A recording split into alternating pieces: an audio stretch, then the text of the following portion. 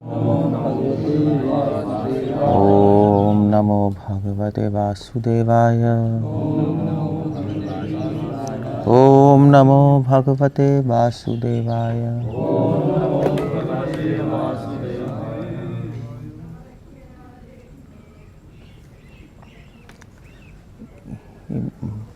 बुलाओ इनको, क्या कर रहे हैं?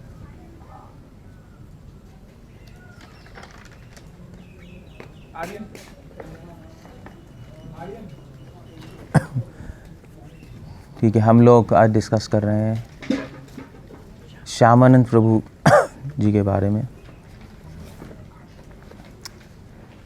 कल उनका डिसअपीयरेंस डे था, श्यामानंद प्रभु जी का, मगर उनके बारे में डिस्कशन हम आज कर रहे हैं। तो श्यामानंद प्रभु कौन है? श्यामानंद प्रभु के साथ रसिकानंद जी,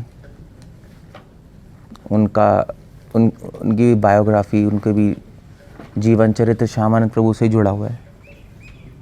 और ऑफ कोर्स नरोत्तम दास ठाकुर और श्रीनिवासाचार्य, इनकी भी लाइफ हिस्ट्री श्यामानंद जी के साथ ही जुड़ी हुई है। बट आज हम फोकस करेंगे श्यामानंद प्रभु जी के ऊपर। वैसे तो नरोत्तम, श्रीनिवास और श्यामानंद प्रभु, ये तीनों फ्रेंड्स थे वृंदावन में, जीवा गोस्वामी के अंडर।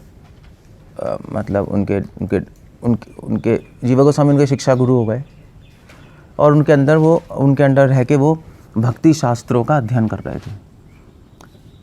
इन तीनों के बारे में कुछ इन्फॉर्मेशन भक्ति रत्नाकर में है। भक्ति रत्नाकर किताब किसने लिखी है? हाँ, क्या? हाँ, नरहरि चक्रवर्ती ठाकुर।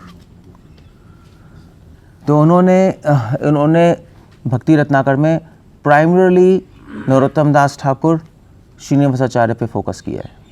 उनके लाइफ हिस्ट्री के बारे में, श्यामानंद प्रभु के बारे में थोड़ा थोड़ा, क्योंकि इन तीनों की लाइफ हिस्ट्री अलग से डिस्कस नहीं कर सकते हम। बट श्यामानंद प्रभु जी के बारे में जो इन्फॉर्मेशन मिलती है, हमें मिलती है श्यामानंद प्रकाश बुक से।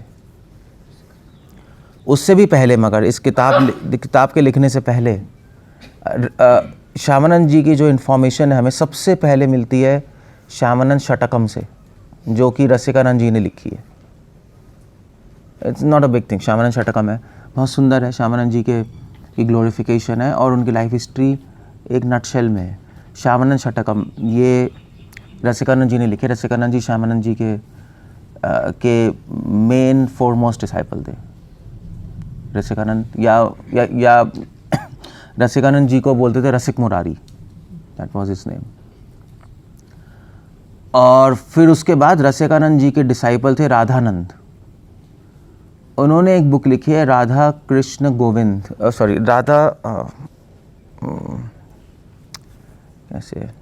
राधा कृष्ण गोविंद, जो जयदेव गोस्वामी ने एक किताब लिखी है गीत गोविंद। उसी के बेसिस पे, उसी के आधार पे राधा कृष्ण गोविंद लिखी है राधानंद जी ने। उसमें भी उन्होंने रसिकानंद जी और श्यामानंद जी के बारे में थोड़ा सा लिखा हुआ है, तो वहाँ से हमें इन्फॉर्मेशन मिलती है। मगर जो इन्फॉर्मेशन है वो मिलती है श्यामानंद प्रकाश से। श्यामानंद प्रकाश कृष्ण चरण दास जी ने लिखी है किताब, जो कि श्यामानंद प्रभु के डिसाइपल थे। और तो भक्ति विकास महाराज ने भी श्यामानंद प्रकाश इंग्लिश में ट्रांसलेट की हुई है। आपको ओरिजिनल चाहिए बंगाली में तो और महाराज ने नहीं किया ना, महाराज ने तो रसिक मुरारी किया। श्यामानंद प्रकाश तो नहीं मिलेगी। श्यामानंद प्रकाश आपको चाहिए तो वृंदावन में राधा श्याम सुंदर टेम्पल है, वहाँ पे जाके आपको बुक मिल जाएगी श्यामानंद प्रकाश। बट वो बंगाली में। सो एनीवे, श्यामानंद प्रभु के बारे में चैतन्य चरितमृता में भी ज़्यादा कुछ मेंशन नहीं है। कृष्णदास कविराज गोस्वामी ने ज़्यादा मेंशन श्यामानंद प्रभु के बारे में किया नहीं है। जैसे नरोत्तम दास ठाकुर के बारे में नहीं है और श्रीनिवासाचार्य के बारे में नहीं। कृष्णदास कविराज गोस्वामी तो इनसे पहले हुए हैं, तो इसलिए उन्होंने उसमें मेंशन नहीं किया है। सो श्यामानंद प्रभु, ये तीनों फ्रेंड्स तो वृंदावन में थे ही। श्यामानंद प्रभु नरोत्तम दास ठाकुर श्रीनिवासाचार्य। ऐसा कहा जाता है कि श्रीनिवासाचार्य चैतन्य महाप्रभु के अवतार थे, शक्तिवेश अवतार। और ऐसे भी हमारे पास इन्फॉर्मेशन है भक्ति रत्नाकर से, जो जीवा गोस्वामी ने लेटर लिखा है श्रीनिवासाचार्य को, और उसमें जीवा गोस्वामी खुद रिवील कर रहे हैं कि श्रीनिवासाचार्य चैतन्य महाप्रभु के 1/16वें शक्ति के अवतार थे। अब वो क्या होता है वो नहीं पता हमें, but he is himself writing Srinivasacharya के लिए कि आप महाप्रभु के 1/16वां अंश हैं, 1/16 पार्ट। नरोत्तम दास ठाकुर नित्यानंद प्रभु के शक्तिवेश अवतार माने गए हैं और श्यामानंद प्रभु अद्वैताचार्य के। तो उनकी स्टडीज़ होने के बाद, मतलब श्यामानंद प्रभु जब वृंदावन में थे तो जीवा गोस्वामी के अंडर स्टडी कर रहे थे, और जीवा गोस्वामी ने उनकी सेवा लगाई थी सेवा कुंज में, जो निधि वन भी कहते हैं आज वृंदावन में। तो वहाँ पे वो अपना झाड़ू मारते। उस टाइम तो वॉल, अब तो वॉल बन गई है चारों तरफ निधि वन के, उस टाइम ऐसा कुछ नहीं था। उस टाइम तो जीवा गोस्वामी तो राधा दामोदर में वो मेन मैनेज करते थे, और उसी के पास सेवा कुंज है निधिवन, वहाँ पे श्यामानंद प्रभु रोज़ झाड़ू मारते थे, उनकी सर्विस ये थी, और अपना भजन करते थे, दैट्स ऑल। तो श्यामानंद प्रभु एक बार ऐसी झाड़ू मार रहे थे, बट हाँ, तो एक इंसिडेंस हुआ जिस इंसिडेंस ने श्यामानंद प्रभु की लाइफ चेंज कर दी। वो क्या था वो मैं भी बताऊंगा, बट उससे पहले ये बताना पड़ेगा कि श्यामानंद प्रभु थे कौन।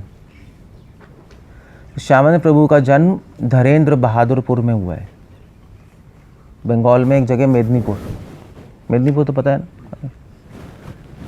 मेदिनीपुर में एक जगह, हाँ गौतम का है, वो है ही नहीं। मेदिनीपुर, तो मेदिनीपुर में एक जगह आपका तो बना विष्णुपुर, तो वन विष्णुपुर के पास ही है जगह ये धीरेन्द्र बहादुर, मतलब उड़ीसा और बंगाल के बॉर्डर पे है।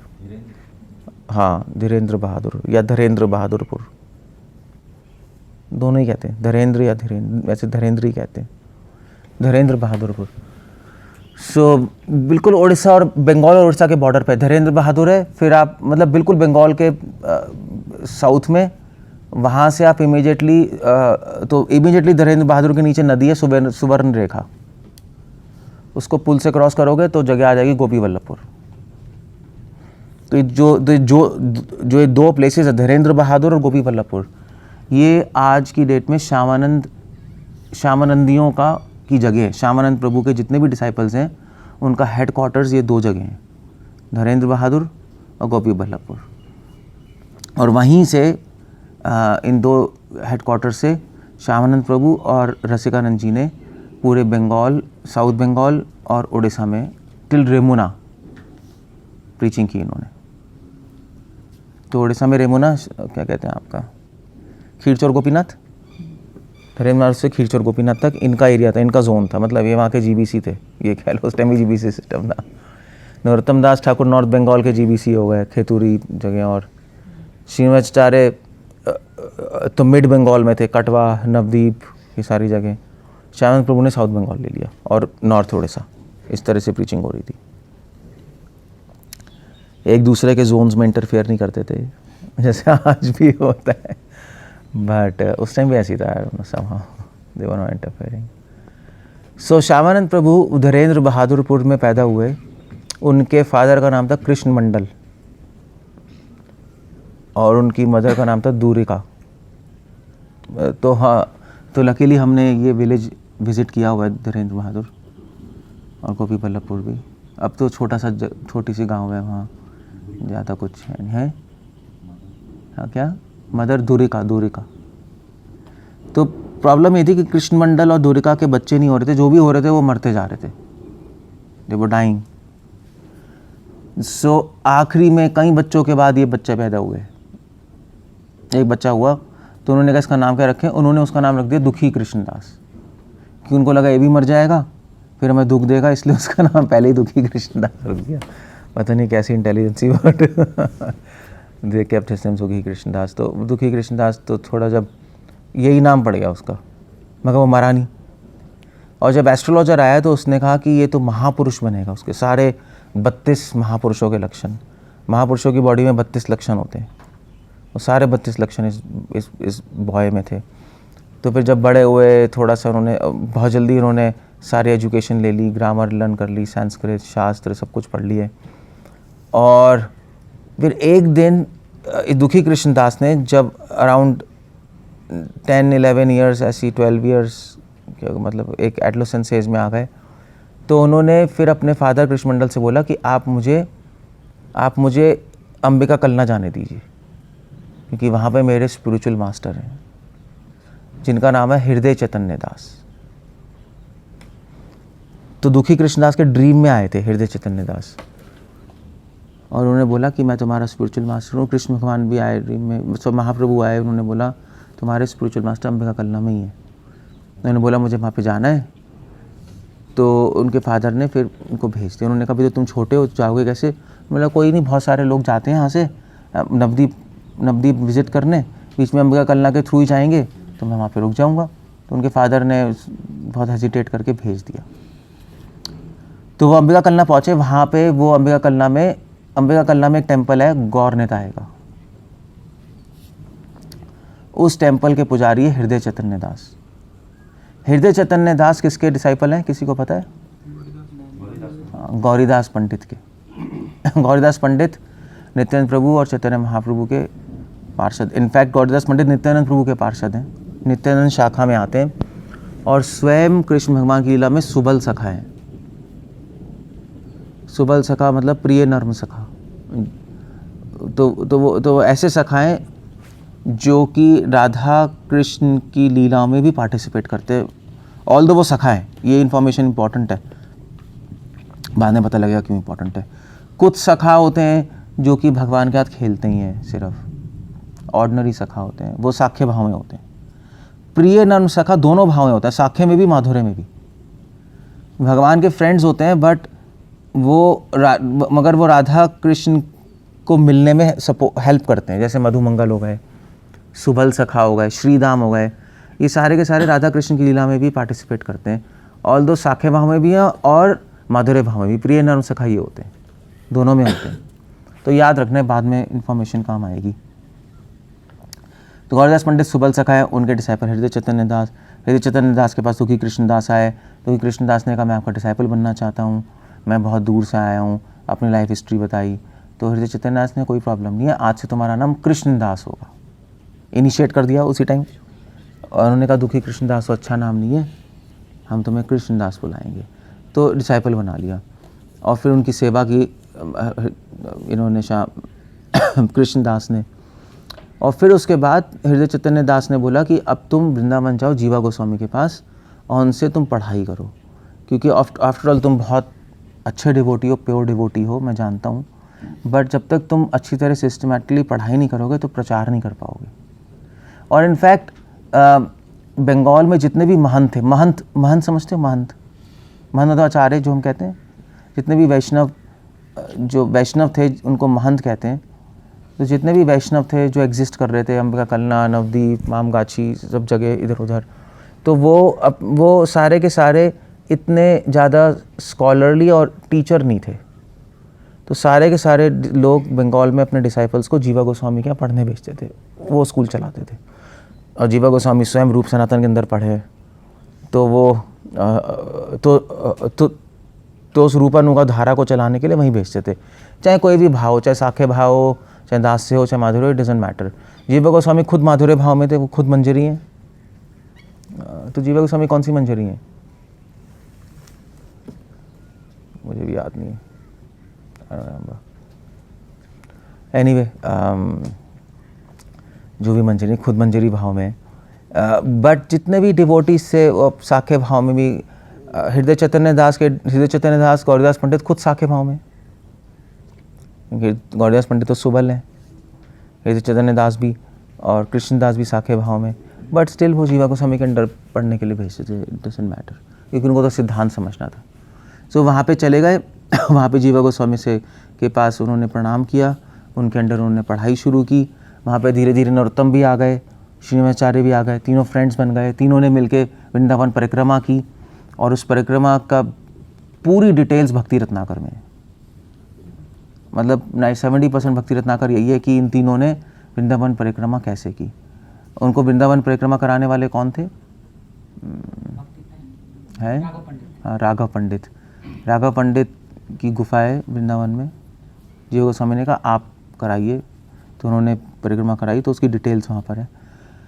सो जीवा गोस्वामी ने स्पेसिफिकली कृष्णदास को ये सेवा दी, सेवा कुंज में, कि आप वहाँ पे सेवा करो और पढ़ाई करो, हमारे साथ कोई प्रॉब्लम नहीं है। मगर एक पॉइंट यहाँ पर ये है कि आप चाहे कितने ही प्योर हो, आपको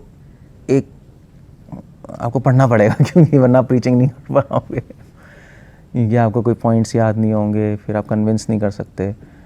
सो ये भी तीनों पढ़ने आ गया। आफ्टर ऑल ये तीनों के तीनों शक्ति वे अवतार हैं, but they needed to study. So after all purity is force, but knowledge is sword. वो भी ज़रूरी है। फोर्स होगी, तलवार नहीं होगी, तुम मर ही जाओगे। नॉलेज तलवार है और प्योरिटी फोर्स है, दोनों ही चाहिए होती हैं लड़ाई करनी है अगर तो थोड़ा सा पता होनी चाहिए चीज़ें, नहीं तभी तो हम क्लासेस करते हैं सुबह शाम की।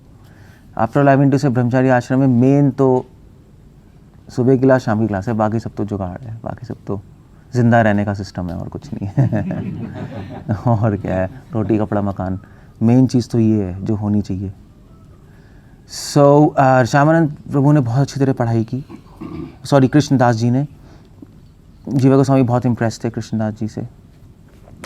मगर एक बार क्या हुआ, कृष्णदास जो थे सेवा कुंज में सेवा कर रहे थे, तो उनको वहाँ पर एक एंकल बेल मिला। एंकल बेल कैसे कहेंगे हिंदी में?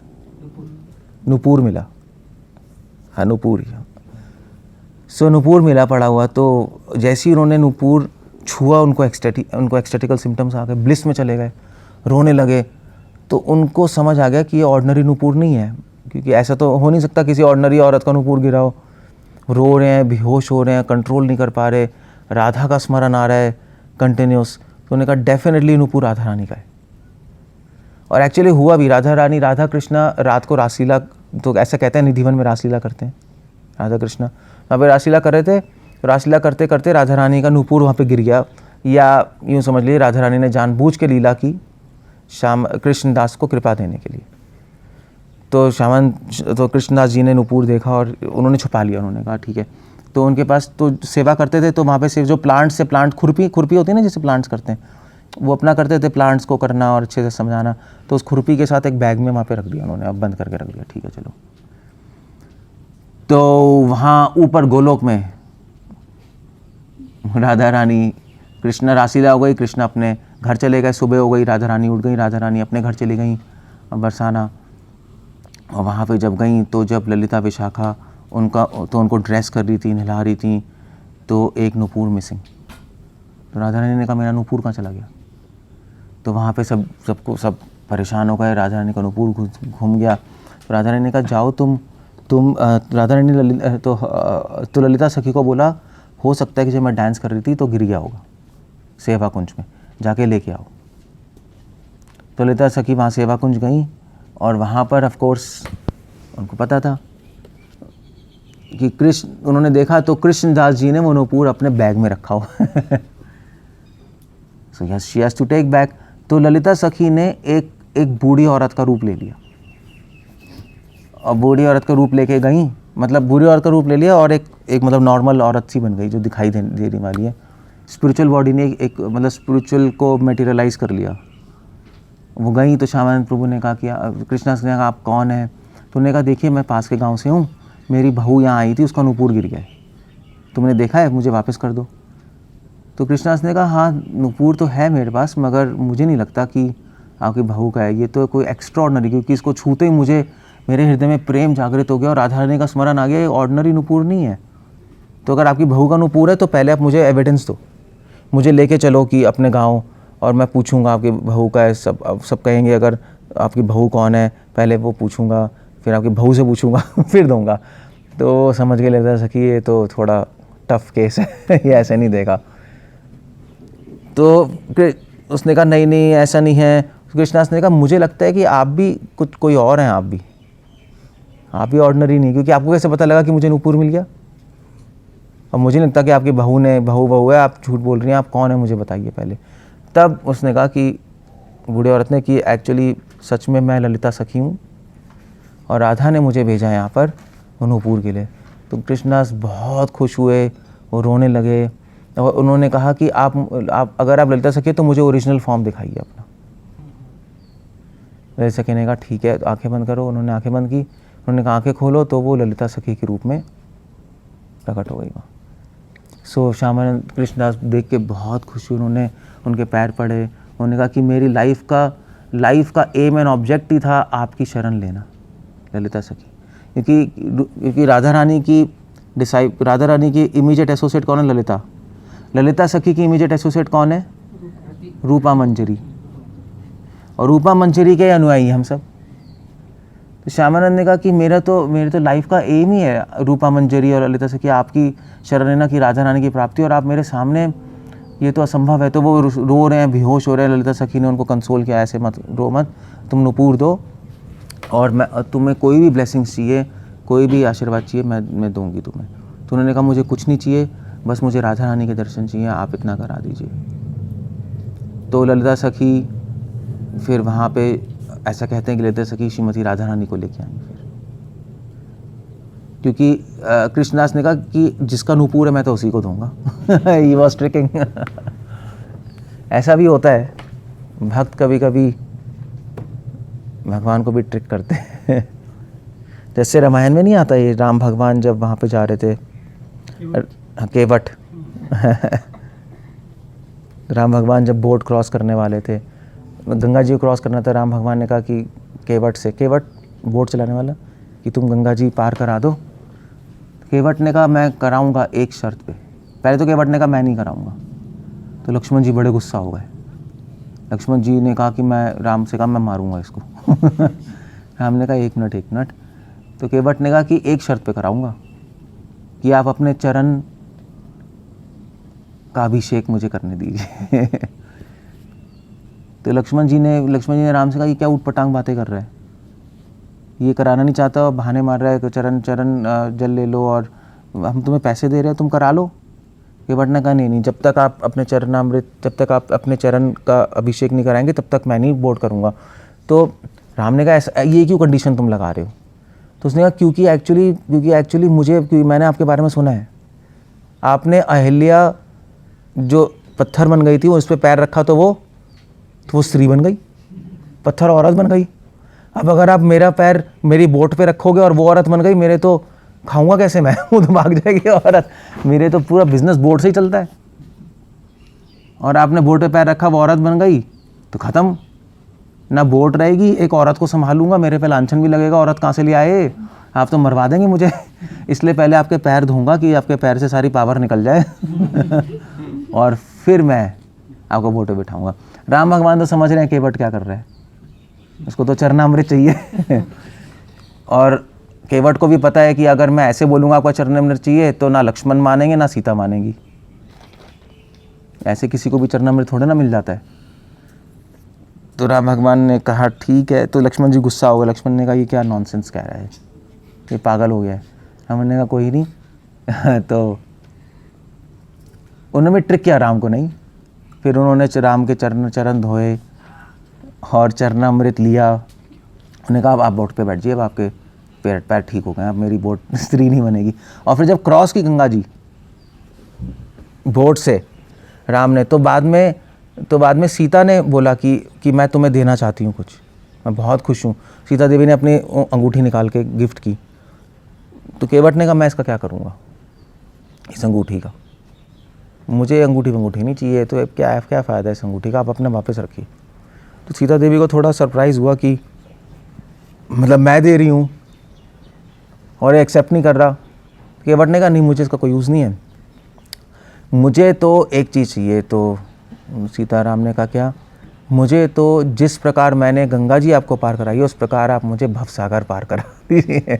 फिर से ट्रिक कर लिया। तो राम भगवान ने फिर कहा तथास्तु, ठीक है। सो ऐसे यहाँ पर भी दुखी कृष्णदास ने ट्रिक किया उन्होंने कहा ललिता सखी से कि आप तो आ गई हैं, मगर मैं नूपुर उसी को दूंगा जिसका है। तो ललिता सखी भी समझ रही थी कृष्णदास क्या कर रहा है, तो ललिता सखी वैसे बहुत खुश थी। फिर वो उन्होंने आँख बंद की, उन्होंने कृष्णदास से कहा, कृष्णदास तुम इस रूप में ललिता सखी को, राधा रानी को नहीं देख सकते, क्योंकि राधा को कोई पुरुष नहीं देख सकता और ना राधा किसी पुरुष को देखेंगी। इसलिए पहले तुम जाओ और वहाँ पे एक कुंड है, उसमें नहाओ, डुबकी मार के। तो जब वो डुबकी मार के आए, जैसे उन्होंने डुबकी मारी, बाहर निकले तो वो गोपी रूप में हो गए, मंजरी रूप में। उनका मंजरी नाम है श्यामानंद कृष्णदास जी का कनक मंजरी। तो मंजरी रूप में हो गए। फिर वो आए मंजरी रूप में। तो ललिता सखी जब वो नहाने गए, तो ललिता सखी उस टाइम श्रीमती राधा रानी को लेके आ गई। और श्रीमती राधा रानी ने कनक मंजरी को देखा, आशीर्वाद दिया। कनक मंजरी ने उनको प्रणाम किया और बहुत खुश हुए, रोने लगे वो कि आपकी शरण में मैं शरण चाहता हूँ। श्रीमती राधा रानी ने फिर उस टाइम उनका नाम बदला और उनका नाम क्या रखा? श्यामानंद। श्रीमती राधा रानी ने कहा आज से तुम्हारा नाम श्यामानंद होगा। उनका नाम चेंज कर दिया कृष्णदास से श्यामानंद। और शिला प्रभुपाद अपने चैतन्य चरितामृत में लिख रहे हैं श्यामानंद का मतलब है, श्यामानंद के दो मतलब है। एक मतलब श्याम मतलब कृष्ण, आनंद मतलब आनंद। जो कृष्ण को उनकी सेवा करके आनंद देते हैं, उनका नाम क्या है? श्यामानंद। इसलिए उनका नाम श्यामानंद रखा राधा रानी ने कि तुम मेरे श्याम को आनंद देते हो सेवा से। एक मतलब ये है। मगर दूसरा मतलब है श्यामानंद, श्याम से श्यामा। आपको पता है श्याम श्यामा कहते हैं ना, निम्बार्क संप्रदायों का मंत्र है श्याम श्यामा श्याम। कैसे कैसे कैसे? नहीं, मंत्र है राधे श्याम श्याम श्याम राधे राधे, राधे कृष्ण कृष्ण कृष्ण राधे राधे। तो आप निम्बार्क संप्रदाय में जाओगे तो वो तो सारे भजन यही गाते हैं, श्याम श्यामा, श्याम श्यामा चलता है उनके यहाँ। राधा कृष्ण हरे कृष्ण, राधा कृष्ण श्याम श्यामा बोलते हैं। तो श्यामानंद को आप ऐसे भी ब्रेक कर सकते हो, श्यामा प्लस आनंद। तो श्यामानंद का मतलब है जो श्रीमती राधा रानी को आनंद देते, श्यामानंद। तो राधा ने नाम रखा और राधा ने फिर उसके बाद अपने हृदय से कृष्ण भगवान की डीटीज प्रकट की, जो आज भी है आपका श्याम सुंदर मंदिर में। और वो श्यामानंद जी को प्रेजेंट की कि तुम इनकी पूजा करो। और जो नूपुर, उन्होंने कहा मेरा नूपुर दो, तो श्यामानंद जी ने फिर उनका नूपुर दिया। और नूपुर जब वो, तो उन्होंने कहा मैं लाता हूँ। तो उन्होंने बैग में रखा था ना खुरपी के साथ। तो जब उन्होंने खोला तो नूपुर, क्योंकि खुरपी से छुई थे, खुरपी गोल्ड की बन गई, आयरन गोल्ड का बन गया, सोने का बन गया। तो मतलब ये जो आयरन जो खुरपी सोने की बन गई, वो भी इंफॉर्मेशन इंपॉर्टेंट है, बाद में काम आएगी। मगर उन्होंने चलो नूपुर ला के दिया। तो राधा रानी ने नूपुर उनके सर पे लगा दिया श्यामानंद जी के। तो उनका तिलक चेंज हो गया। हमारा तिलक तो ऐसे है ना, और श्यामानंद परिवार का तिलक नूपुर के समान है ऐसे, और फिर बीच में डॉट भी है, बीच में डॉट आ गई। तो उनका तिलक चेंज हो गया। और राधा रानी ने कहा आज से तुम मेरे सेवक हो और तुम भक्ति करो। और फिर ललिता सखी और राधा रानी नूपुर लेके वैनिश हो गए। तो श्यामानंद प्रभु को बहुत आनंद आया कि राधा रानी ने मुझे एक्सेप्ट कर लिया। He was very happy. But यहाँ से एक प्रॉब्लम बहुत बड़ी शुरू हो गई, बहुत बड़ी प्रॉब्लम, वो अभी आएगी। बट प्रॉब्लम ये हो गई कि उनका तिलक चेंज हो गया, उनका नाम चेंज हो गया। और ललिता सखी ने ये भी बोला कि अगर तुम ये किसी को बताओगे तो तुम मर जाओगे ये किसी को बताना मत, यू लूज़ योर लाइफ। तो अब एक प्रॉब्लम है, बता भी नहीं सकते किसी को।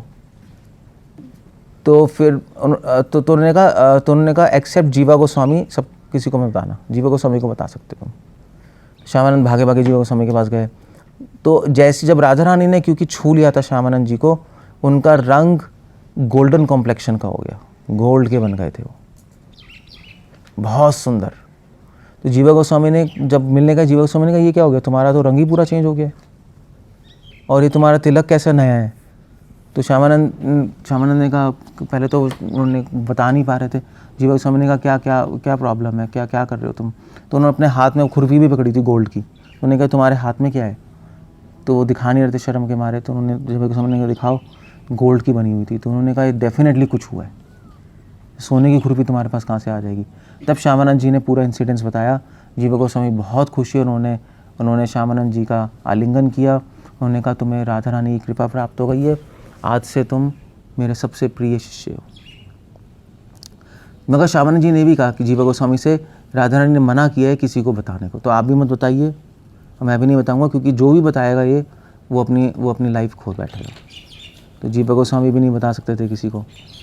तो प्रॉब्लम शुरू हो गई। प्रॉब्लम ये हो गई कि वृंदावन में सब लोग बोलने लगे कि श्यामानंद जी ने गौड़िया वैष्णव समाज छोड़ दिए, अपनी नई अपर संप्रदाय शुरू कर दी, अपने गुरु का दिया हुआ नाम कृष्णदास चेंज कर लिया, श्यामानंद बन गए, और तिलक भी चेंज कर लिया।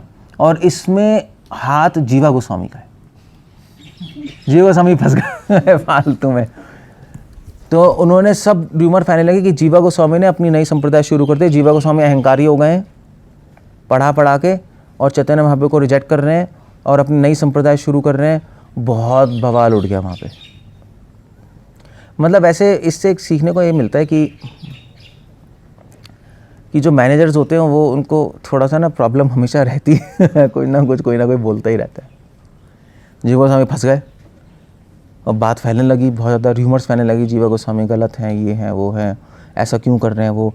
तो गौड़ मंडल से दो सन्यासी आए हुए थे वृंदावन घूमने के लिए, परिक्रमा करने के लिए।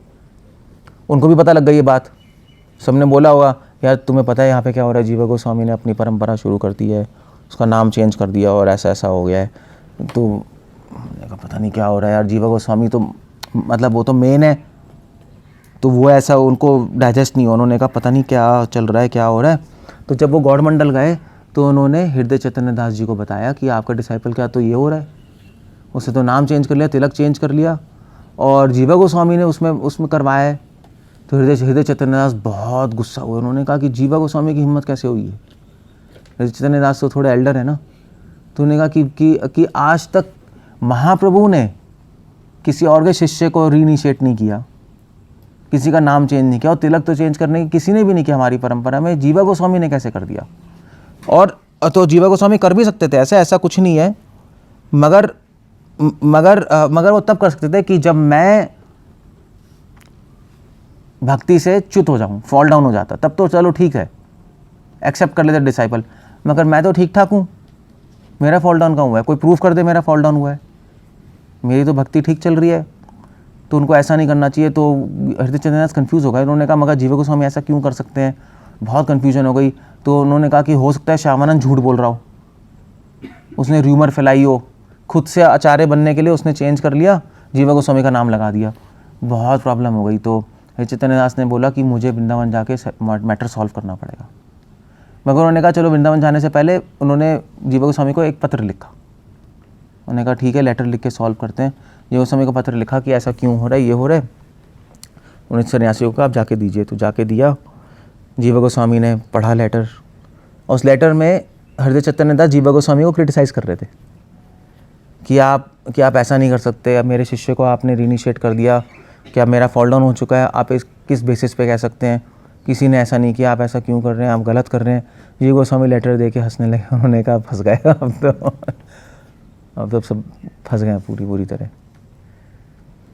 तो जीवा गोस्वामी ने कहा देखो ऐसा है, तुम श्यामानंद से पूछो, मैंने ऐसा कुछ नहीं किया है, ना उसको रीइनिशिएट किया है, मैंने उसको मैं तो उसको सिर्फ संस्कृत ग्रामर पढ़ा रहा हूँ, और जो भी पढ़ा रहा हूँ मैं उसको शास्त्र पढ़ा रहा हूँ, मगर अब तुम उनसे जाके पूछो। तो वो जाए श्यामानंद जी के पास गए, श्यामानंद से पूछा कि ऐसा क्यों कर रहे हो तुम। श्यामानंद ने कहा कि एक्चुअली क्या है कि वो बता तो नहीं सकता अपना सपना जो भी हुआ है राधा रानी के साथ जो भी हुआ है। तो श्यामानंद जी ने कहा मेरे को सपना आया था, और सपने में गौरीदास पंडित आए थे, और गौरीदास पंडित जी ने मुझे मेरा नाम चेंज किया है और मेरा तिलक चेंज किया है।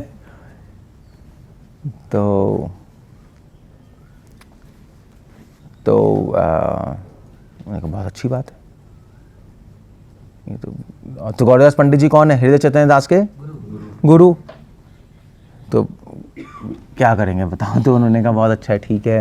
अब तो उन्होंने जाके हृदय चैतन्य दास से बोला कि वो तो कह रहा है उसके सपने में गौरीदास पंडित जी आए थे, उन्होंने उनका नाम चेंज किया, तिलक चेंज किया, उन्होंने बोला ऐसे ही रहना तुम्हें। हृदय चैतन्य दास ने कहा ये क्या नॉनसेंस है वो अफीम खा रहा है क्या? सपने को थोड़ा ना कोई ऐसे ले सकते हो। सपने में कौन चेंज करता है संप्रदाय और नाम? मैं नहीं मानता कि गौरीदास पंडित ने ऐसा किया है। वो झूठ बोल रहा है और हमें वो तो हम सबको टोला दे रहा है। वो पागल हो चुका है वो। और तो हाँ, तो उन्होंने पूछा कि जीवा गोस्वामी ने कहा कि उन्होंने कहा जीवा गोस्वामी ने कहा मैंने ऐसा कुछ नहीं किया, उसने खुद ही किया है। तो उन्होंने कहा फिर तो उसकी प्रॉब्लम है। तो उन्होंने कहा कि ऐसा है सन्यासी को कि अब तुम जाओ और उसको बांध के लेके आओ और उसको मैं सबक सिखाऊंगा। तो सन्यासी ने कहा ऐसे कैसे पॉसिबल है, हम कैसे करेंगे, मतलब ये तो नहीं हो सकता। तो हृदय चैतन्य दास ने कहा मैं खुद जाऊंगा और ये मैटर सॉल्व करूंगा मैं जाकर। तो हृदय चैतन्य दास सारे के सारे जो महंत हैं गौड़ मंडल के, उनसे मिले और मिल के उन्होंने बोला देखिए आप चलिए मेरे साथ, ये बहुत सीरियस मैटर है, क्योंकि अगर उसने मुझे छोड़ दिया है तो फिर तो मैं सुसाइड कर लूँगा, क्योंकि ये तो बहुत बुरा हो गया। नहीं, मेरे डिसाइपल ने मुझे छोड़ दिया तो मैं सुसाइड कर लूँगा, मैं टॉलरेट नहीं कर सकता है। तो अब मेरा चलिए और ये मैटर सॉल्व कराइए, क्योंकि ये इस मैटर को सॉल्व करने के लिए जीवा गोस्वामी से भी बात करनी पड़ेगी। तो मैं अकेले तो नहीं कर सकता, वो भी इतने विद्वान है, इतने महान है, तो हमें साथ में ही कुछ बात करनी पड़ेगी। इतना सीरियस मैटर है। आज तक हिस्ट्री में ऐसा नहीं हुआ कि चैतन्य महाप्रभु के डिसाइपल ने अपना तिलक चेंज कर लिया और नाम चेंज करके रीइनिशिएट हो गया, कुछ और कर रहा है। ये तो पूरी अपर संप्रदाय शुरू हो जाएगी। मेरा नाम खराब होगा कि हृदय चैतन्य दास के डिसाइपल ने अपर संप्रदाय शुरू कर दी। नहीं, मेरी डिफेमी होगी, मैं सहन नहीं कर सकता, मैं तो सुसाइड कर लूँगा। तो आप चलिए और इसी बहाने वृंदावन परिक्रमा भी हो जाएगी आपकी और ये मैटर सॉल्व भी हो जाएगा। तो सब ने कहा ठीक है ठीक है। तो सारे के सारे 64 महंत सारे मिल के वृंदावन गए। जीवा गोस्वामी ने उनको वेलकम किया, बहुत खुश हुए, उन्होंने प्रणाम किया। तो वहाँ पर फिर श्यामानंद आए और उन्होंने हृदय चैतन्य दास को प्रणाम किया। तो चैतन्य दास तो पहले गुस्से में थे, तो उन्होंने कहा श्यामानंद से कि तुम किसको प्रणाम कर रहे हो? तो श्यामानंद ने कहा मैं अपने गुरु आपको प्रणाम कर रहा हूँ। उन्होंने कहा तुम मेरे डिसाइपल नहीं, नॉनसेंस। पहले बताओ तुमने नाम चेंज किया है, कृष्णदास मैंने नाम दिया तो तुमने श्यामानंद क्यों कर लिया? और तिलक तुमने चेंज कर लिया, क्या नॉनसेंस है? तो श्यामानंद प्रभु ने कहा कि तो वही कहा कि गौरीदास पंडित जी सपने में आए थे मेरे, उन्होंने चेंज किया है। तो उन्होंने कहा नॉनसेंस, तुम सपने अपने को बिलीव करते रहते हो, ये ऐसे तो कभी नहीं है, सपने में थोड़े ना कोई असली, तुम्हें मुझे पहले कंफर्म करना चाहिए था। गौरीदास पंडित ने चेंज किया तो मुझे भी तो बताते, वो मेरे गुण है, तुम्हारे थोड़े ना है। और तुम इसका मतलब महान बनना चाहते हो, ये है वो है, बहुत डांटा सबके सामने। श्यामानंद प्रभु ने कुछ नहीं कहा, वो अफकोर्स क्या कहेंगे।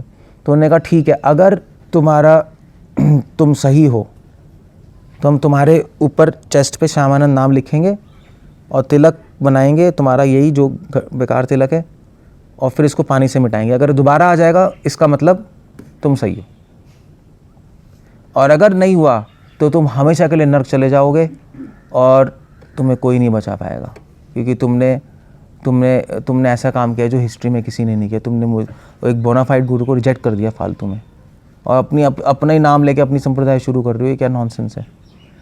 तो हृदय चैतन्य दास ने कहा ठीक है। तो श्यामानंद प्रभु घबरा गए, उन्होंने कहा अब क्या करूं?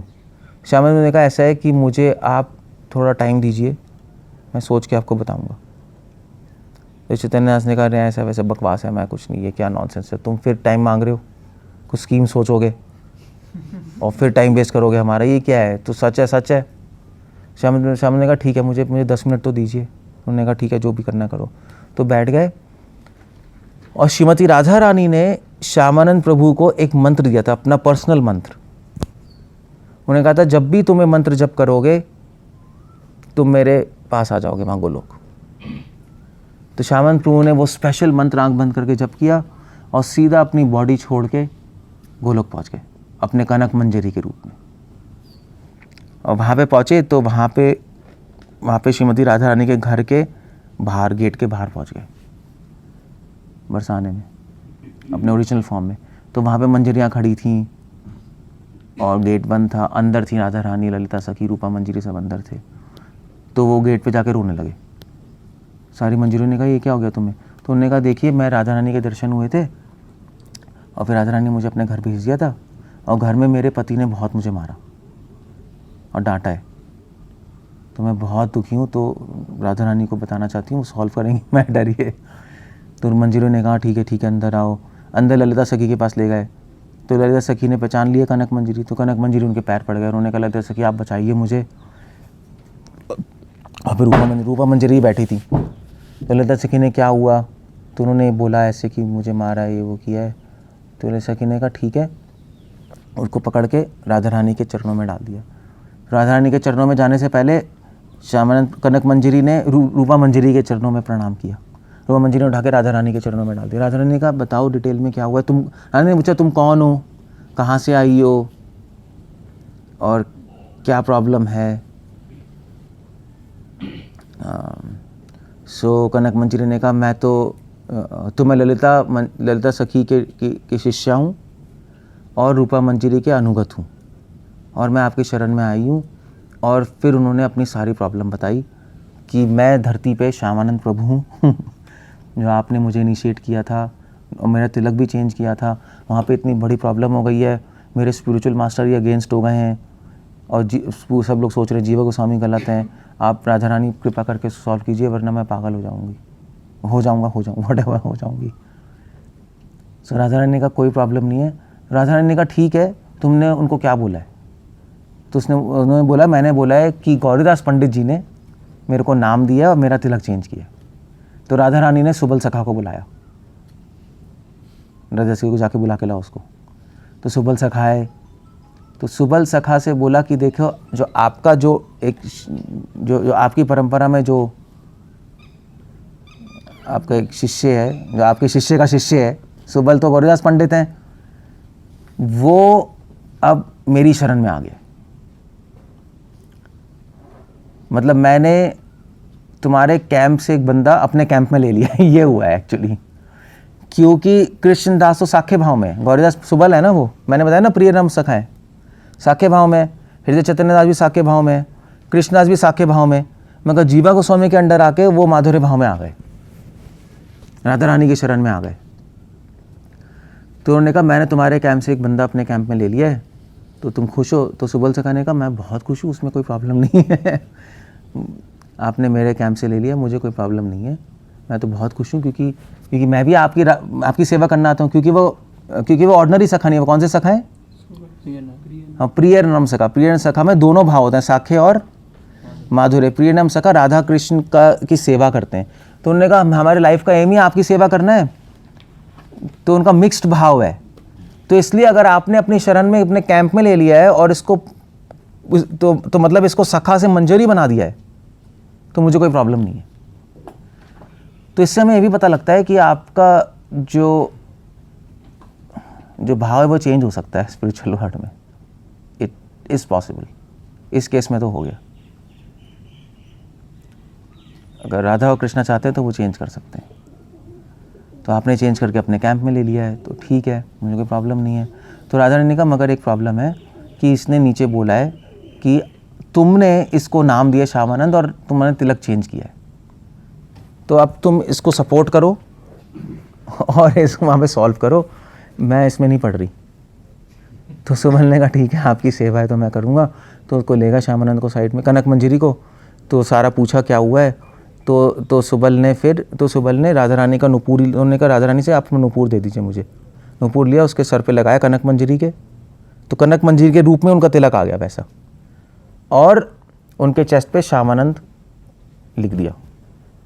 और सुबल ने कहा कि मैं तुम्हें अपना एक स्पेशल मंत्र दे रहा हूँ, जब भी तुम्हें मंत्र जप करोगे मेरे नाम का, तो अगर तुम्हारा तिलक और ये मिट जाएगा, जैसे वो कह रहे हैं हम मिटाएंगे, तो दोबारा आ जाएगा वो। तो उन्होंने कहा अब तुम जाओ, सब ठीक है, और तुम ही बोलना। तो वो गए नीचे, फिर नीचे मतलब वो शरीर में आ गए, और बाय द टाइम जब वो वहाँ थे तो यहाँ पर गौरीदास पंडित का शरीर तो पूरा मतलब वो तो गिर ही गया, मतलब निर्जीव हो गया। हाँ तो श्यामानंद प्रभु का तो सारे, तो यहाँ पे हृदय चैतन्य दास सारे महंत रोने लगे कि यार ये मतलब इतना डर गया है कि इसको हार्ट अटैक हो गया, मर गया है ये हमने क्या कर दिया, ये मर ही गया, वैष्णव ऑफेंस हो गया, सब रोने लगे सब। उन्होंने कहा ये हमने वैष्णव किया, हमें हमें आराम से करना चाहिए था, इसको शौक लग गया होगा, मर गया है। हृदय ने हंसने का मैंने अपने डिसाइपल को मार दिया, क्या हो गया? तो बहुत बवाल उठ गया। तो जीवा गोस्वामी भी वहाँ थे।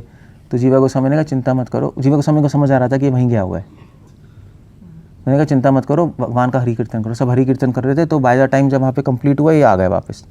हमने आँख खोली, आँख खोलती उन्होंने कहा, तो आँख खोलती उन्होंने कहा, तो उन्होंने कहा तो गौरदास पंडित की जय, हृदय चैतन्य की जय, राधा रानी की जय, ऐसे बोलने लगे। तो आ गए वो चैतन्य दास, तो गुस्सा ही थे। तो उन्होंने कहा भी ये फिर से जिंदा हो गया, नाटक कर रहा था, और नाटक हो। वो और गुस्सा आ गया उनको। उन्होंने कहा पूरा नाटकबाज है ये हमारी सिंपैथी लेने के लिए नहीं, हमारे से वो सिंपैथी कैसे कहते हैं, सहानुभूति लेने के लिए ऐसा कर रहा है। तो बहुत गुस्सा हुआ। उन्होंने कहा तुम नाटक बंद करो और इसके तिलक लगाओ और श्यामानंद लिखो इसके यहाँ पर, और मिटा के देखेंगे हम। तो उनके तिलक बनाया और श्यामानंद नाम लिखा, और फिर उन्होंने पानी दिया श्यामानंद से, मिटाओ इसको। तो उन्होंने मिटाया, और फिर श्यामानंद जी ने सुबल का ध्यान किया, वही मंत्र बोला, इमीडिएटली तिलक दोबारा आ गया, और एफल्जेंस के साथ, और चमकने के साथ, और श्यामानंद नाम दोबारा आ गया। तो सारे महन ने हरि बोल किया। हृदय चैतन्य दास का मुँह लटक गया। उन्होंने कहा यार ये तो गड़बड़ हो गया, वैष्णव ऑफेंस हो गया मुझसे, तो ये तो महान वैष्णव है, तो असली में ऐसा हुआ है। तो हृदय चैतन्य दास से कहा हो सकता है मेरे गुरु आए हों गौरदास पंडित उसके सपने में, मैंने लाइटली ले लिया। तो उन्होंने उसको आलिंगन किया। उन्होंने कहा ठीक है तुम मेरे डिसाइपल हो, अच्छा है। सब बहुत खुश हुए और चले गए। तो उन्होंने कहा थोड़ी देर वृंदावन रहते हैं। तो उन्होंने कहा वृंदावन परिक्रमा कर लेते हैं, चलो। सब वृंदावन परिक्रमा करने चले गए। तो वृंदावन परिक्रमा में श्यामानंद भी थे, सब थे। तो वृंदावन परिक्रमा में तो परिक्रमा करते करते तो वो वहाँ पे पहुँचे, राजस्थली पे पहुँचे। तो राजस्थली पे पहुँचे तो वहाँ पर कीर्तन हो रहा था। तो श्यामानंद प्रभु कीर्तन में एक्सटेसी में चले गए, अपने स्वरूप में आ गए कनक मंजरी के अब अंदर ही, और एक्सटेसी में नाचने लगे। तो उन्होंने चुन्नी ली और ऐसे गोपियाँ नाचती हैं ऐसे नाचने लगे। तो हृदय चैतन्य दास ने कहा अभी तो गोपियों की तरह नाच रहा है, पक्का इसका भाव चेंज हो गया है, इसने हमारा कैंप छोड़ के राधा रानी कैंप में चला गया है, हमारे सखाओं को छोड़ के ये मंजरी कैंप में चला गया है। उन्होंने कहा इसकी हिम्मत कैसी है हमारा कैंप छोड़ने की, वहाँ पे भी ऐसा होता है। उन्होंने कहा इसने हमें धोखा दिया है, राधा रानी के कैंप में कैसे चला गया। तो उन्होंने कहा ये तो पक्का इसने भाव चेंज किया, साखे भाव से गोपी भाव में आ गया है, ये तो मुझे टॉलरेट नहीं होगा। तो उन्होंने फिर उसको उन्होंने बुलाया, मैंने कहा तुम ऐसे क्यों नाच रहे हो, तुम्हारा भाव क्या है बताओ मुझे। तो उन्होंने कहा मेरा तो गोपी भाव है। तो उनको बहुत गुस्सा, उन्होंने कहा कि तुम हमारा सबका साखे भाव चल रहा है, गौरीदास पंडित का साखे भाव है, इसका मतलब है तुमने झूठ बोला है कि गौरीदास पंडित तुम्हारे सपने में आए हैं। कि गौरीदास वो मेरे गुरु हैं और वो साखे भाव में, मैं जानता हूँ, वो तो गोपी भाव में नहीं है ना, उन्होंने मुझे कभी वैसा बताया कि वो गोपी भाव में। इसका मतलब तुमने सब फैब्रिकेट किया है, झूठ बोला है, कहानी बनाई है, और जो तिलक विलक दोबारा आया है तुमने कुछ शक्ति प्राप्त की तांत्रिक से, और तुमने ऐसा कुछ किया गड़बड़। तो उन्होंने कहा कि तुम झूठे हो, फरेबी हो, और उन्होंने डंडा लिया और मारना शुरू किया श्यामानंद को, और बहुत मारा, खून वून आ गया उसके, पूरा चोट वोट लग गई। सारे महन ने पकड़ा हृदय चैतन्य दास को, तुम क्या कर रहे हो, मर जाएगा, ऐसे थोड़ा ना करते हैं, तुम गुरु ठीक है तुम रिजेक्ट कर सकते हो मगर ऐसे नहीं कर सकते तुम। पकड़ के वापस ले गए। तो हृदय चैतन्य ने डंडा फेंका, उसने कहा श्यामानंद तू निकल जा मेरी आंखों से, बाहर में जा तू यहाँ से, और जाके अपना सो गए। उन्होंने कहा ये तो बहुत कॉम्प्लेक्स हो गया, इसको तो रिजेक्ट ही कर रहा हूँ मैं।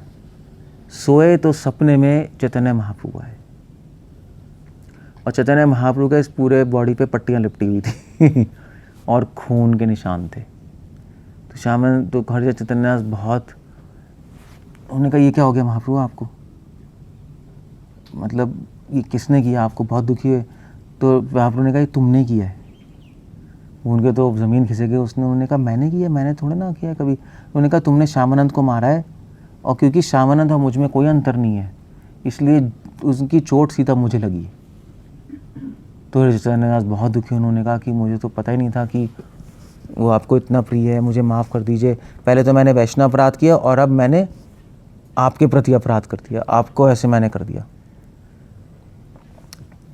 तो महाप्रभु ने कहा कि तुम जानते हो कि गौरीदास पंडित कौन है, वो प्रिय नर्म सखा है, मैंने बताया था, वो दोनों भाव में, साखे भाव और माधुर्य भाव में, तुम्हें नहीं पता ये सुबल सखा के बारे में। और श्यामानंद मेरा प्रिय प्रिय भक्त है और राधा रानी के सेवा में मंजरी भाव में। तो हृदय चैतन्यदास बहुत दुखी, उन्होंने कहा मैं क्या करूं? तो महाप्रभु ने कहा चिंता मत करो, तुम्हारा अपराध माफ़ है, मगर उसके लिए तुम्हें 12 फेस्टिवल करने पड़ेंगे, सारे व्रजवासियों को बुला के 12 उत्सव, 12। तो कोई प्रॉब्लम नहीं है। तो चल महाप्रभु गायब हो गए और फिर हृदय चैतन्यदास की आँख खुली, वो गए सारे महंतों के पास भागे भागे, उन्होंने कहा कि मुझे सपना है। तो महंतों ने कहा तुम तो सपने पे विश्वास ही नहीं करते थे, तुम्हें तो बोला था ना चैतन्यदास को सपने में कोई विश्वास नहीं करना, गंद है सपने, तो अब तुम क्या करे, सपना आया है, हम क्यों करें तुम्हारे सपने में विश्वास? तो हृदय ने कहा नहीं मुझे सपना आया था, महाप्रभु के चोट लगी हुई थी, मैंने ही मारा था श्यामानंद को, ऐसा हो गया। तो महंत ने कहा कोई प्रॉब्लम नहीं है, तो हम फेस्टिवल तो करना अच्छा ही है, सारे वैष्णव को बुलाएंगे, आप कीजिए।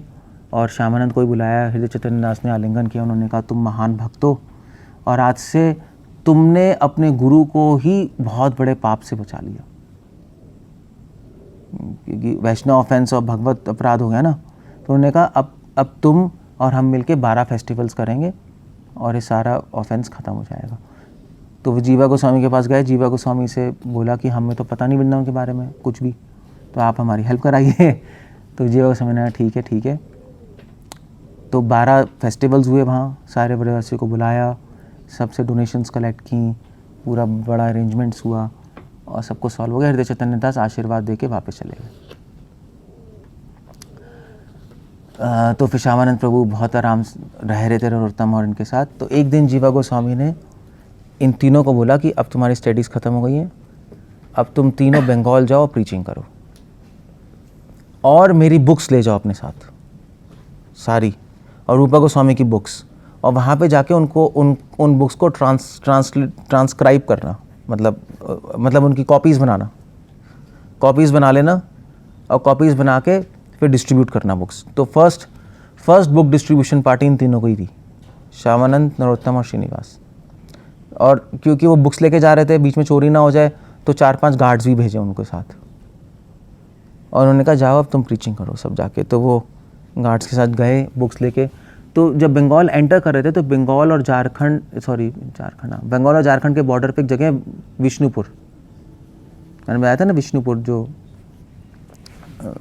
तो बना विष्णुपुर के नीचे ही गांव है आपका धीरेन्द्र बहादुर। तो वहाँ विष्णुपुर में वो रुके रात को उनकी बुक्स चोरी हो गई, उनको नींद आ गई, बुक्स चोरी हो गई। एक्चुअली हुआ क्या था कि जो राजा था विष्णुपुर का, क्या नाम था किसी को पता है? भरामवीर, हाँ वीर। तो जो राजा था उसके ज्योतिष ने बताया था कि यहाँ पे 3 जने आए हैं और उनके पास कोई खजाना है, हम उनको यहाँ बता गई। तो उन्होंने डाकू भेज के लुटवा लिया और जब लेके आए उन्होंने ट्रंक खोला तो उसमें किताबें। राजा ने कहा ये क्या है? तो उन्होंने कहा स्टोर रूम में रख दो इसको। अब क्या करें बताओ, एस्ट्रोलॉजर्स ने बताया खजाना है, तो किताबें निकली, कुछ नहीं हो सकता, रख दिया। यहाँ पे घबराए हुए थे। सिंहाचार्य ने बोला श्यामानंद प्रभु को कि आप अपने गांव जाइए, धीरेन्द्र बहादुर पास में ही है, आप चिंता मत कीजिए। नरोत्तम को बोला कि तुम अपने जाओ घेतुरी, मैं यहाँ पे रुकूंगा और मैं सॉल्व करता हूँ, मैं बुक्स दोबारा ढूंढूंगा, चिंता मत करो। तो वो एक अलग कहानी है, सिंहाचार्य ने बाद में ढूंढी वो बुक्स, जो भी हुआ। बट श्यामानंद प्रभु अपने गाँव आ गए धीरेन्द्र बहादुर। वहाँ पर आकर, मतलब ये भी बहुत इंटरेस्टिंग पॉइंट है कि तीनों की तीनों अपने घर चले गए थे वापस प्रीचिंग के लिए। नरोत्तम दास ठाकुर उनके भाई ने उनको बहुत हेल्प की थी खेतुरी में, उनके लिए मंदिर बनवाया था और ये किया था। श्यामानंद प्रभु के रिलेटिव्स ने उनको बहुत इनवाइट किया और उनको बहुत इनवाइट करके उनको बोला, उनकी हेल्प की प्रीचिंग में। श्यामानंद प्रभु ने अपनी प्रीचिंग शुरू कर दी।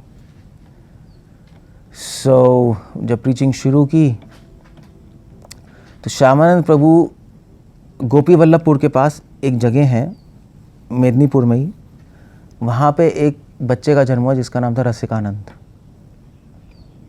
और रसिकानंद जी के जो फादर मदर बहुत बड़े प्रिंस थे, मतलब लोकल प्रिंस, और वहाँ के राजा थे। तो रसिकानंद जी बहुत अमीर परिवार में पैदा हुए थे। रसिकानंद जी रोज़ रात को जंगल में जाके रोते थे, हे कृष्णा मुझे मेरे गुरु गुरु के बारे में बताइए, मुझे गाइड कीजिए। तो कृष्ण भगवान एक दिन रात को प्रकट हुए, उन्होंने कहा कि तुम्हारे गुरु श्यामानंद प्रभु हैं और वो जल्दी आने वाले, उनको स्वीकार करना। और श्यामानंद प्रभु को वहाँ सपना आया कि एक रसिक मुरारी है, उसको अपना शिष्य बनाना और आप दोनों मिलके प्रचार करना।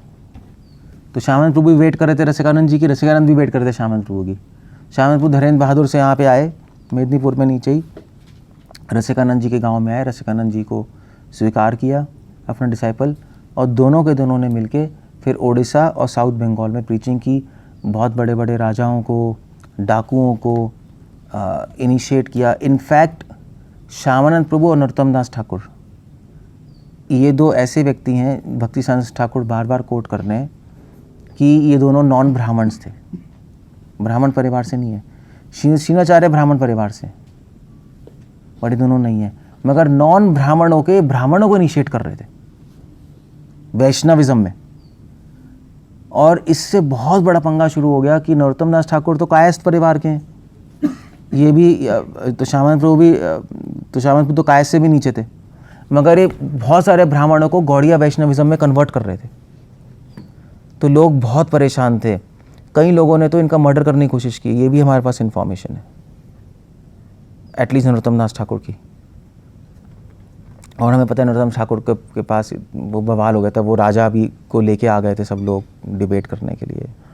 तो श्यामानंद प्रभु, मगर श्यामानंद प्रभु ने इस पे ध्यान नहीं दिया। मगर भक्ति सानंद ठाकुर अपने ब्राह्मण और वैष्णव किताब में मेंशन कर रहे हैं, बाकी आर्टिकल्स में भी, कि ये पॉसिबल है कि नॉन ब्राह्मण कोई ब्राह्मण को इनिशिएट कर दे वैष्णव में, ये एग्जाम्पल देकर, क्योंकि उस समाज में ब्राह्मण ही ब्राह्मण को इनिशिएट कर सकता है, लोअर कास्ट से नहीं कर सकता ना। मगर भक्ति सानंद कह रहे हैं कि शास्त्रों का कोई प्रमाण नहीं है। अगर कोई वैष्णव बन जाए तो वो ब्राह्मण से भी ऊपर हो जाएगा, यही ब्राह्मण और वैष्णव डिबेट में प्रूव हुआ। और अगर ब्राह्मण से ऊपर वैष्णव है तो वैष्णव तो ब्राह्मण को इनिशिएट कर ही सकता है, क्या खराबी है? तो कोई वेदों का कोई नियम तो टूटा नहीं। तो श्यामानंद प्रभु ने प्रीचिंग की, श्यामानंद प्रभु के पास कई योगी आए, तांत्रिक आए, मगर सबको उन्होंने कन्वर्ट कर दिया। और फिर उसके बाद उन्होंने अपना हेडक्वार्टर्स गोपी वल्लभपुर में बनाया और उन्होंने खीरचोर गोपीनाथ जी की सेवा ली। आज भी खीरचोर गोपीनाथ की सेवा श्यामानंदी परिवार ही करते हैं, श्यामानंद के डिसाइपल श्यामानंदी पहचाने गए। रसिकानंद, उनको जाने के बाद उन्होंने रसिकानंद जी को हेड बनाया। रसिकानंद जी के जाने के बाद उन्होंने राधानंद, उनके अपने बड़े बेटे, उनको हेड बनाया। राधानंद जी के जाने के बाद राधानंद जी के जो बड़े बेटे नयनानंद, वो हेड बने। और फिर उसके बाद उनके बेटे श्याम सुंदर जी वो हेड बने। अभी श्याम सुंदर उनके डिसाइपल्स हैं वहाँ गोपी वल्लभपुर में। आज भी जाओगे गोपी वल्लभपुर में, आई थिंक रसिकानंद जी की चप्पल है, क्या है हाँ, की चप्पल है, उनका कमंडल है, उनकी बीड्स भी है, आज भी आप देख सकते हो, वहाँ दर्शन कर सकते हो उनकी, जिन पे जो चैंटिंग करते थे। इतनी मोटी मोटी बीड्स, इतनी बड़ी माला है, एक बीड इतनी मोटी है इतनी ऐसे बहुत बड़ी माला है, आज भी है।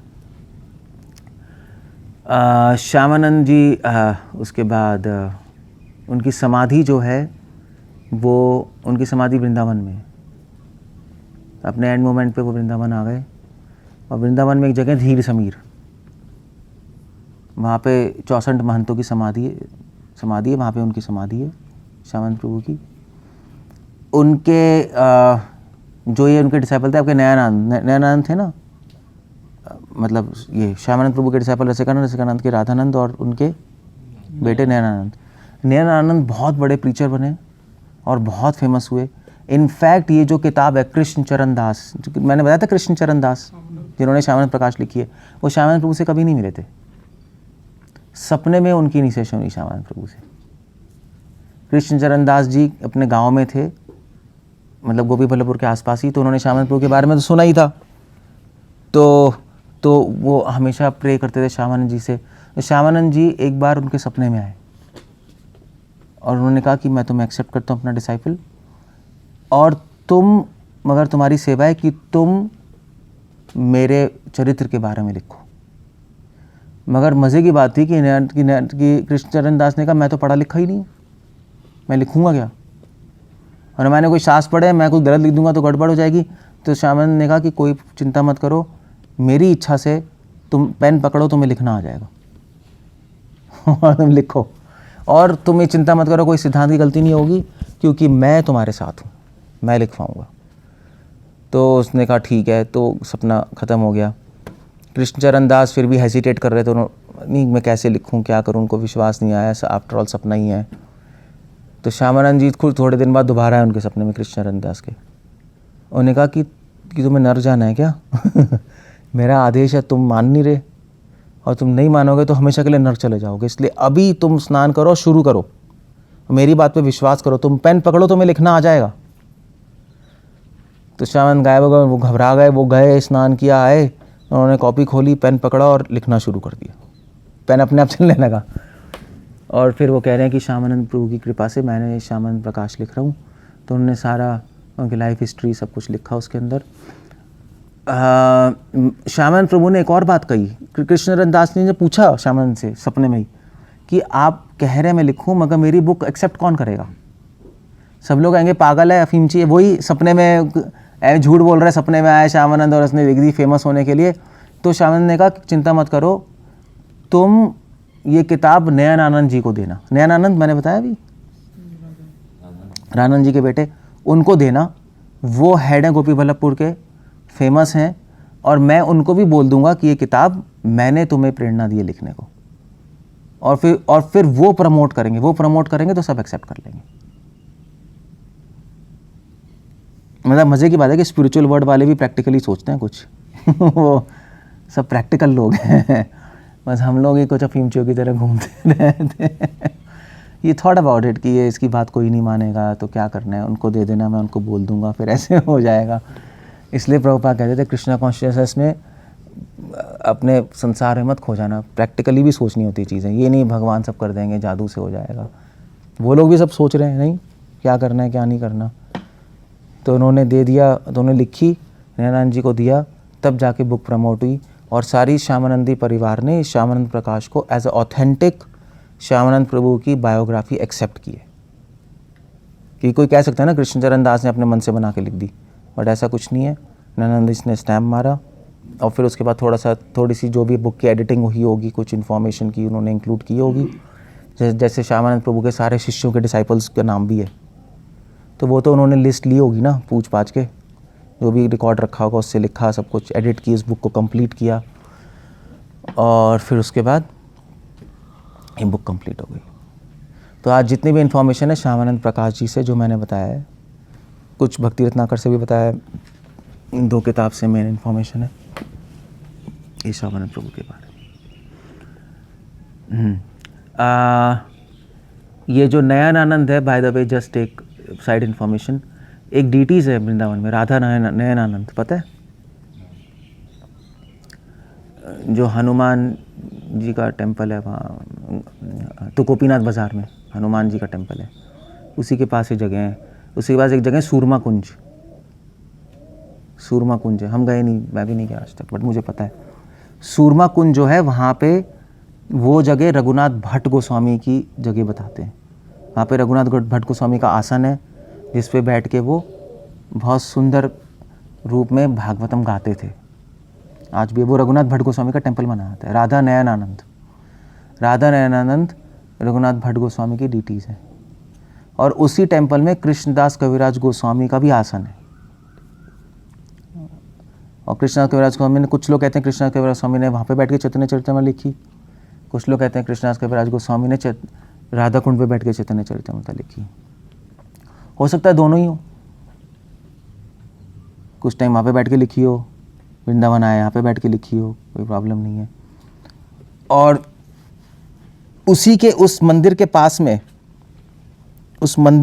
में ही जगह है आपका, तो आप उस मंदिर से आगे जाओगे तो राधा गोपीनाथ आएगा, राधा रमन आएगा, फिर उसके आगे आएगा आपका केशी घाट। वहीं से तो केशी घाट पे के पास ही जगह है धीर समीर, वहाँ पे श्यामानंद प्रभु की आज समाधि है। और आई थिंक गदाधर पंडित की भी समाधि है, कुछ वहाँ पे कुछ है, काफ़ी समाधि है। सो इस तरह से ये श्यामानंद प्रभु जी के जीवन के बारे में। हरे कृष्णा। श्री प्रभुपाद की जय। श्यामानंद प्रभु की जय।